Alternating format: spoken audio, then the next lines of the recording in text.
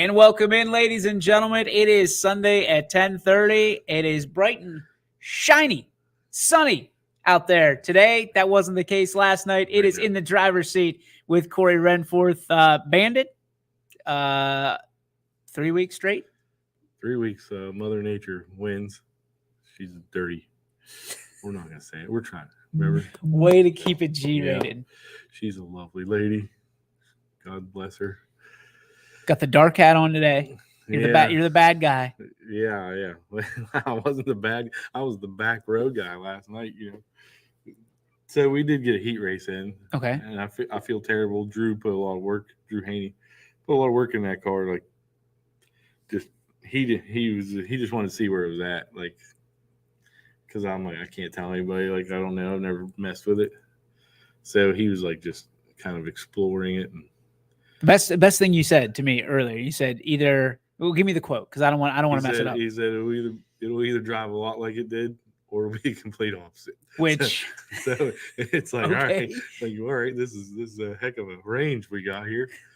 So I don't know. But I didn't give him nothing to. So we started out. I think we had 6 people in the heat. So I finished 6th. Great, awesome on me. Started 4th or whatever. So I was starting right behind Chris Robbins, and I didn't want to dive down to try to get to the inside for some reason because I'm dodo head. So I was like, I'm going to go as high as humanly possible on the outside here. Even Jim had mentioned, like, he was like, that's a little too far. Like, so all I did was catch a big old face full of dust and dirt and every damn thing imaginable. Couldn't see. So that's about how. So then I backed out of her because I was like, oh, I got no visuals on nothing. And so that's just pretty much how that went. I just kind of backed out of her, and then everybody else got in front of me at that point. And then it was just, that was all I saw was dust and dirt. It was just incredibly dusty. So you go from incredibly dry to you can't even race. It's so wet. Yeah. Like I think Steve mixed. He said about 2 a.m. this track will be perfect for running. He said if it stops about 9:30, 2 a.m. this track will be perfect. And you guys got like the worst of it over there too, because I don't know. Like I think rain wise, we got a lot of rain. Yeah, and there was lightning. I don't know. But again, I guess because like Jim's kind of got like the track area. If you look at that overhead pictures he's got, it's kind of like a nice cutout. But like in my neighborhood, there was like trees down and stuff like that. So like, and then on the way here, coming through like East Springfield stuff, was there a lot? There, yeah, there's some branches laying. I haven't made it away from East P yet, so like I think up there it got pretty windy. Like, I mean, yeah, there's a couple trees down in my neighborhood. Like I was like, oh, so it kind of got more windy. It seemed over here, but we got a lot of rain over there. I don't know how the rain was here because I didn't leave there till 8:39 or so.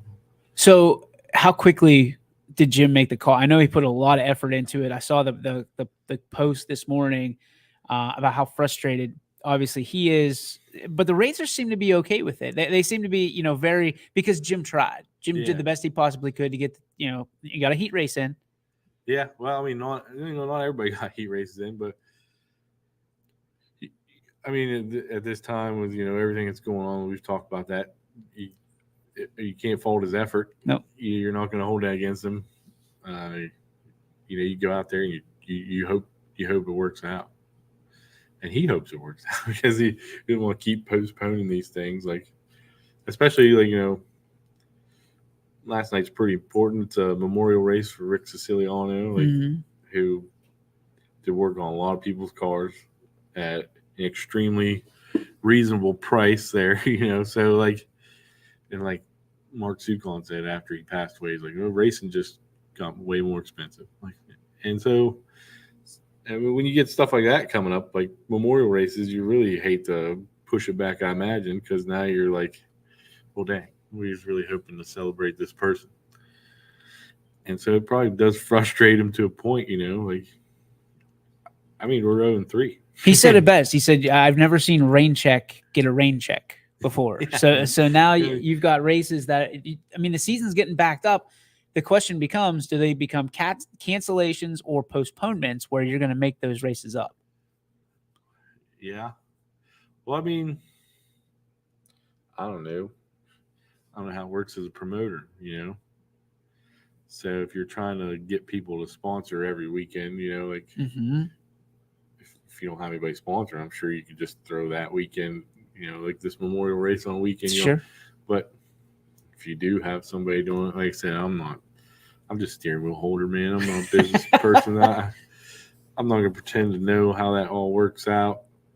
But I mean, yeah, I mean he's just trying to get everybody out there on track. Like he knows everybody wants to be out on track. Everybody, that's what we come to do. That's why we're here. That's why this show exists. Race car driving thing. We just want to drive race cars. And there are some people who are getting super frustrated with not being able to drive a race car, but So none of from us have a weather machine. no, I mean you could download the Storm Tracker 21 app Yeah. and know exactly when the rain is coming. So we talk about this all the time, and I feel like we're beating a dead horse here, but what else are we going to talk about? You know, there nobody in studio today. What did you do last night after everything got kind of washed away? Sit in the trailer with Mixes and Drew and shoot the bull for a little bit. You have a couple drinks, and you know, just talk about how things might go when we finally do get to do it. You know, like are people just going to be so amped up? How is that first race when we actually get there going to be a complete mess because everybody's got this built up Frustration. Yeah, it's like aggression. They kind of want to get out. So is this first race going to be like a nightmare? Would you call that track rage? Yeah, I don't. Yeah. So we're all going to be like 15-year-old boys at prom or something. Just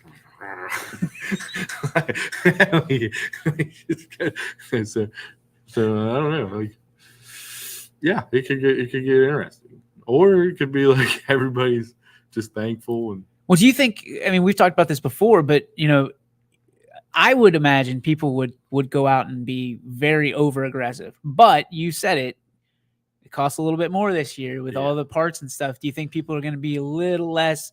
Well, I know the word I want to use. Aggressive for those moves to get from third to first or second to first. I think so in general, but you're going to have the people that are super confident in their cars and they've been doing a long time, Mixes and stuff. Those guys, and Jake, Eakin, Doug, yeah, they're all going to make moves because they're like been there, done that. I know I can do it without it costing me $800. Like, they're still they're gonna make those moves because they've done it before and they know what they're doing. Well, you got people like me, maybe even less experience than me. I'm not making. That might be like the downfall of my game. When I get behind somebody, I'm like, dude, how hard? I'm like, I don't want to. Like, I can go underneath them, but I know the car's gonna slide up some. Is it gonna slide up and hit them? I don't want that. I don't want that for them. I don't want that for me. So that might be a hindrance on me a little bit. You're supposed to be the bandit, man. You're supposed to get rowdy. Help my pocketbook. Yeah, well, there you go. I start racing too rough. I'll have to turn into a bandit, robbing banks around here or something. Like, hey, some fat guy with a handkerchief over his face just robbed the bank. It was 100% the bandit. Yeah, we know who it was. Yeah. If you want to catch him, just wait down here at 10:30. He'll be I think the police department's right around the corner somewhere, right? So you might be able. It's easy to find me. So I don't know. Yeah, I just have this picture in my head of you running from a bank. You'll never catch the bandit. And with a Renforth jersey on. I gotta make a quick stop over here. I come in with a bag of cash. DJ, you want some of this, man? I'm at Circle K. I reckon they ain't gonna let me keep it all. You want to stash some of it in the fridge? By the way, YSN does not condone bank robberies. No, I don't. You mentioned Jake Eakin. Now he obviously he had a rough start to the season with a non-points race. So when that happens and you get 3 weeks off to kind of catch up, he's not as far behind as he thought he might be at this point. Yeah, I just seen the FCA thing there. It's like they might be a good Christian family because it might take him. He might miss 6 weeks of race and due to an accident and missed 1 points race. Yeah. At this rate, so far it's like he's been out for 3 weeks. Then he's no further. He's not behind anything. I mean, that for those racers that did have some casualties their first week in that non-points race, they've got to be sitting there going, all right, maybe one more week and we're good to go. Thank you. Like, I'm not gonna. Oh, yeah, I guess if you're. Maybe they didn't think they were going to be racing for points championship this year, but they're like, all right, 3 weeks are off the books now. Like, your budget just got stretched out. Yeah, exactly. And that's the same for guys like you as well. Is listen, your budget every time, and not to take away, because we know there's people that are losing money on this with Jim, and there's give and take. But you guys have the ability to kind of milk out whatever your budget you guys had. From a standpoint of racing, if you had $2,000 in your budget, you still got $2,000 in your budget for the year. Yeah, you've gone through. Yeah, you're 3 weeks into this, and you haven't used any of it. Yeah, I mean, we'll see how that works out for everybody. Like I said, my budget's, as long as I don't break anything major, should be good. I mean, just little things I can deal with here and there. The normal stuff. So from a mental standpoint, what do you think about, I mean, other than just getting out there and racing? Now, obviously you need other things to fill your time. From a racing standpoint, like, do you think about how to up your car? Do you think about, I mean, obviously you said that you did some tune-ups in the last week or so with Drew. With all the stuff Drew did to it, like he had the car over his place, and he's like, I'll go over it and see where it's at. He's going to weigh it and everything.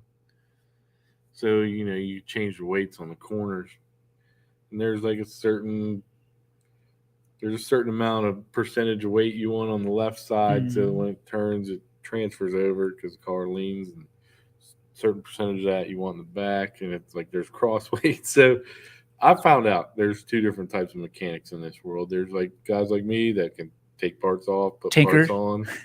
We can do that. Undo nuts and bolts, put them back together. Might have a few extra bolts when you're done. Who knows? Then there's guys like Drew Haney that are like mad scientists at this, and they're like the engineers of the world. Like he's like building stuff. He's like, I went over there, he's cutting his muffler in half and like re-welding it back together. I'm like, what are you doing? He's like, I'm fixing this muffler, man. I'm like, geez Louise. So I mean, so he's on a different level. Like I'm on that. Like I can unbolt this part and give me a new one and bolt it back on. That's it. That's where I am. You're in Lego. You're playing with Legos, and he's out there in advanced chemistry. What were those erector sets? Erector sets. Yeah, it's like it's got motors and stuff. I'm just like, hey, look, I made a fish out of Legos. So he's like, good job, dummy. But but it's nice to have guys like him that are willing to help you out, I guess. But like, it was funny because the first text message he sent me, he was like, the rear end of your car is not square and I don't like it. I was like, well, then change it, man. I was like, I don't know. So I guess it was like 2.5 inches to the right.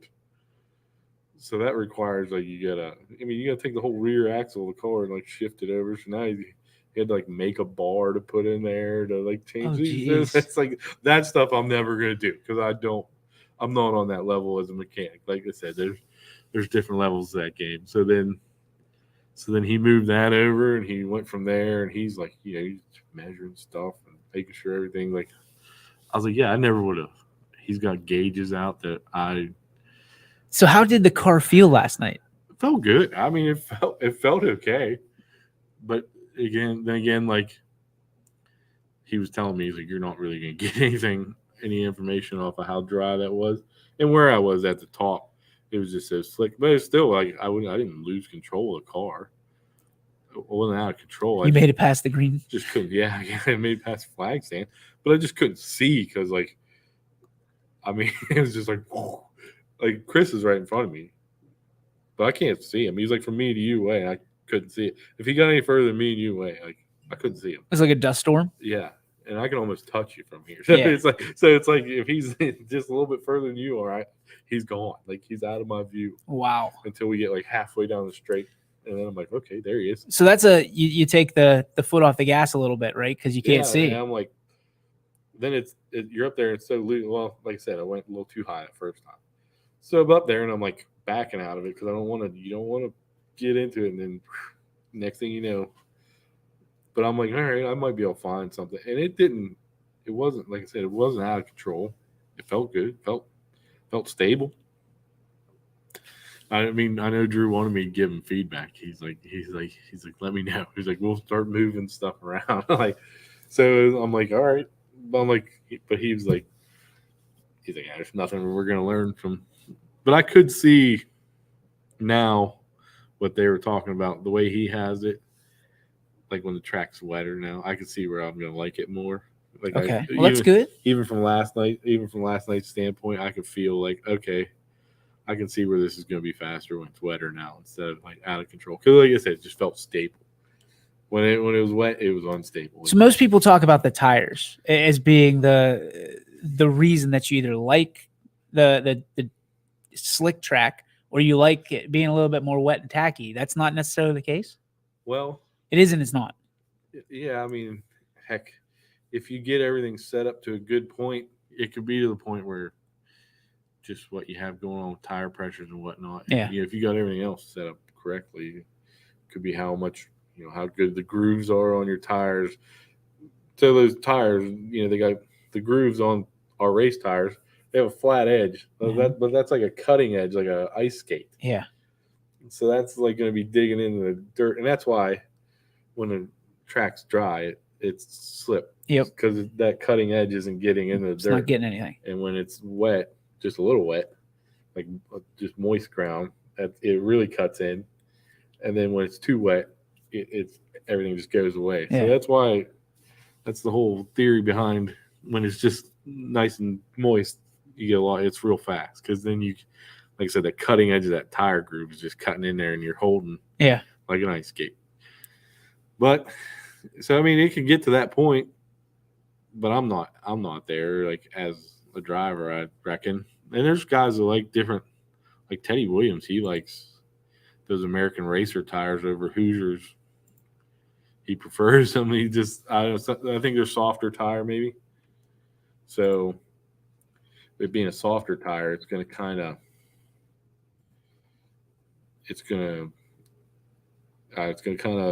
sink in the ground a little more. And then, but the tires, I have pretty new tires. And I run like 6 pounds on one side and like 8 pounds on the right side. So that's a little, but if you're doing that, that's kind of got to do with your stagger. So you got, your tires on the right side are a bigger diameter than on the left. So it's kind of naturally wanting to go to the left. So one thing you may or may not know is I found out every Sunday morning I go on and I make sure that we have a race, trying to see who won the race, things to talk about, trying to get my talking points. So for the third week in a row, we have no talking points. It's just me and the bandit. No guests today. Nobody wanted to make the trip. So everybody's like, I don't have anything to talk about. Exactly. So it's time to give people something to talk about. Are you ready? Because I've got a little one up for you. So you can see the questions on your screen. Something we do here at YSN is we go off the cuff a little bit in interviews. So we are going to go one-on-one with the Boomhauer Bandit himself, and we are going to ask him some of the life's biggest questions. And we're going to start it with a little rapid fire like this. What are you best at? Taking up space. Wasting life. Probably one of those two. Okay. 2 answers. I respect it. What weird or useless talent do you have?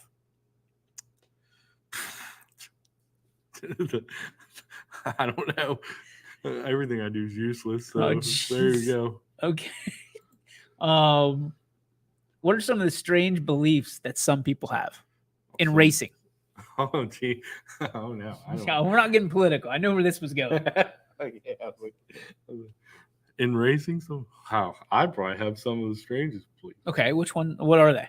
I don't know. That everything's my fault and just need a better car. I don't know. Some people believe that they're never at fault in the car. It's like it's always the car's fault. I'm like, yeah. The driver sucks. User error. Yeah. Oh boy. You ready for this one? I don't know which one are you. Who would be the worst person to be stuck in an elevator with in the racing family? Oh geez. Well, my daughter said I burp and fart every 10 minutes. That's what she said last night. So it'd probably be me. They can't all be you. You got to at least get some I interaction. don't know who I'm Right the now, you're a worst slick person track. out there. So it's like I'm the worst human being that there is at good probably. So like if it's a worst option, it's probably always going to be me. Who would not want to be stuck in an elevator with you? I'd say Doug, we had him in here. He's an upstanding individual. He probably that dude is a goofball. Like, Who would want to have you in that elevator? I think you're more like than you actually think. well, I think people like me, but it's not because I'm like, Not because you want to be in the elevator with you. yeah, it's not because I'm a decent human being. Let's see what else we have Hey, here. if you ask this, what's the best show currently on TV? Yeah. So it's kind of weird. I love this. It was a Australian show. Oh gosh. It's called Love on the Spectrum. Did you ever watch that? No. It was amazing. And now I found a USA version today. Been watching that all morning since 5:30 a.m. Just take it for granted that anything you watch on television, I probably don't watch. That is like the best show. Like these, So what's this show on USA called? it's on Netflix. Oh, it's on Netflix. Okay. It's Love on the Spectrum USA because it was originally an Australian It's show. not on USA. It's in the USA. Yeah. Gotcha. Okay. But you can piece together what it's about. It's Love on the Spectrum. I mean, We're gonna leave that but there. it's awesome. It's great. What is the most underrated TV show you've ever watched? Try Love on the Spectrum. What is the most overrated TV show? Seinfeld. I don't know. I don't know. I haven't watched. I'm not one of those people that's gone back and rewatched Seinfeld. I remember it as a kid, but like I think I get it more now than ever. Maybe I should go back and rewatch it. I don't know. All right, movie conversation starters. You ready? Yeah, What's the most overrated movie you've ever seen? probably Star Wars. Oh, some people at work are gonna kill me now. Star Wars? Really? I mean, as a series, Oh, just a movie. just a single movie. Oh, Rocky always loved that Vanilla Sky. I thought that movie was trash. And I love Tom Cruise. I've already bought a ticket for. I was gonna say, are you gonna Top go Gun. watch Top Gun? I bought it like last week for Thursday. I love it. Like I would have bought that movie ticket in All right. 1990. So if you told me, full transparency, on Thursday, I watched Top Gun for the first time all the way through. First time. like Thursday, Like March 22nd, 1989. no, like Thursday, a couple days ago. I've seen clips. I've never seen the whole movie through. I knew the plot. I knew the concept. I knew the goose died. Spoiler alert. I guess we can say that now, 30 years later. 34-year-old movie.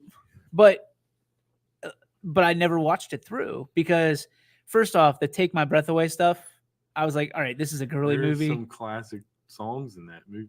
There's some that's a great movie. It's a great, like, I would watch it again, and I gotta believe, like I am amped up for Top Gun 2.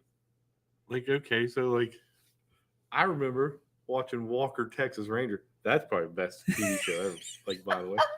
Who's shocked that you love Walker, And Texas there's like Ranger? a prequel series on HBO Max. What? Yeah, old buddy from Supernatural was like the younger brother, the Yeah. taller one.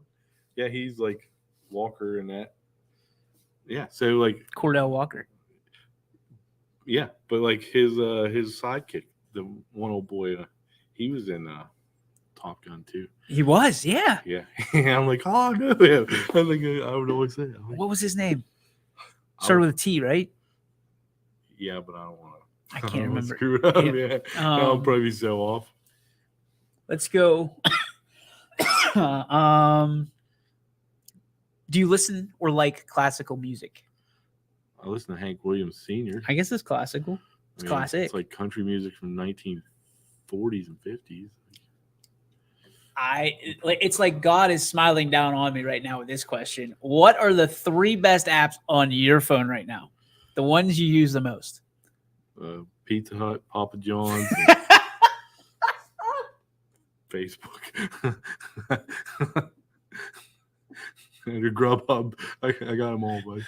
You don't get this girlish figure about tuning into some food apps. Pizza Hut, Papa John's, I'm and not even that Facebook. big of a pizza guy, but this Columbiana, no free ads, but Columbiana Pizza Hut got the best taco pizza you could ever eat. in your Taco life. pizza? Yeah. Why doesn't this one have it? It's insane. Well, Taco Bell just got taco pizza back. No. That's like garbage. Okay, well, I'm gonna have to try this. Not the shit. Taco Pizza has Pizza Joe's has taco pizza. Now, see, this is like you get the thin crust. Yeah. They got refried beans instead of sauce. There's no sauce. Oh boy. And you've got refried beans, lettuce, onions, tomatoes, whatever. And you wonder why you're farting every 10 minutes in can do. the Yes. elevator. Yeah. So that's why nobody wants to be in the elevator. There you go. But like that's I've had like some taco pizzas where they put like pizza sauce on it. I'm like, just don't know. What will phones be like in 10 years? Probably implanted in your back of your skull or something. I don't know. Yeah, like who knows? I've seen them where they have like probably in movies, but like how much stuff we've seen in movies, like that's never happened. And then it happens. It's usually stuff in movies that we want to happen never comes, like flying cars. We don't got those. Hey, George Jetson. Yeah. How old are So we? George Jetson would be born this year. Oh yeah, Just FYI. he had red hair. There it is. So All right. redheads are gonna make it. What is one thing that you wish your phone could do? Go away. Fair enough. All right. And finally, we'll get to the sports ones. Like, think about how stupid this is. I'm not a technological person, but like, if I don't have that thing, I can't do my job It's true. because I gotta like call into like the terminal and stuff. Like. Oh, let's look at travel stories. What is the longest trip you've ever taken? I mean, I've drove semi to Los Angeles, California, And back? yeah. I mean, I've driven to. How long did that take you? It takes you about a week. If you're following the rules. Yeah. It takes about 4 days to get out there and 4 days back. So, because you're going to drive 11 hours a day. Yeah. Following the rules. Following the rules, quote I unquote. mean, I've drove straight through to Houston, Texas, like from Chester, West Virginia. It was 22 hours. That a boy. Yeah. Glad to make sure you're all right. Just got down to Nashville, Tennessee, and didn't feel like going to sleep. So Jesus, take the wheel. I don't know. I was like, hey, I'm not tired. See you later. Let's lie on this logbook and skedaddle. I don't think they can hold that against me. That was years. 7 years, right? It was over that. Okay, so you're good. You're safe. You're fine. Worked for R&L for 10 years, 12 years. So. It's that time again. It's What? time for your final burnout. Yeah, I see Chris said me. I don't know what he's referring to because we did. He was right in front of me. He was probably the one. He was dusting me out. But he did a good job. I mean, I couldn't find a way to get around him without maybe. I did. Hey, shout out to old boy. He did a race last night. Car was on tires. Didn't end up on the hood. It was good. Perfectly fine. See? He just needs somebody behind him he can trust, like myself. I'm not going to put him on his lid. That's all. Everybody else can get behind him, give him a little bump in the wall, and you got to have friends out there. You know what? That's why people like me. It's not because I'm such a That's your burnout is because you're a great friend. Yeah, I'm a good friend. I won't put you in the wall, put you on your lid. That's all. You can count on me for that. But I mean, hopefully we get a race in. Hopefully somebody gets a race in. Sharon's been canceling. The rain clouds aren't just over Goods Raceway. No. So, I mean, there's been a lot of people. And it's funny because we talk about how like this is going to be a tough year for everybody, and then the rain's like, hold my beer. You'll have more money in the bank at the end of this year than ever before. The rain's like, oh, you think that stuff? Just wait till you can't make no money because I'll never let you race. like the race car drivers will be like, well, we didn't go broke, and they're like, but we have nowhere to race because nobody got a race in. Track owners and promoters didn't make any money. So, Final thoughts for this week, hopefully we get out there next week. and hopefully everybody tunes in. We're here next week, right? That's a holiday. It's a holiday. We're not here next week. Well, Monday's the holiday. It's up to you, buddy. You tell me to be here at 10:30. We'll be here at 10:30. Okay. Because we got a long stretch of no. Yeah, June I'm on vacation, so like So next week's our last week for a little bit.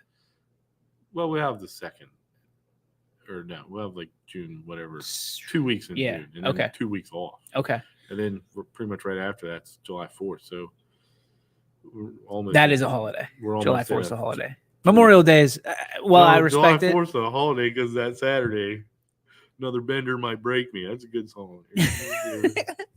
That's going to do it for In the Driver's Seat here, episode 4, season 2. That's The Bandit. I'm DJ. We'll see you next week right here on your sports network. Adieu.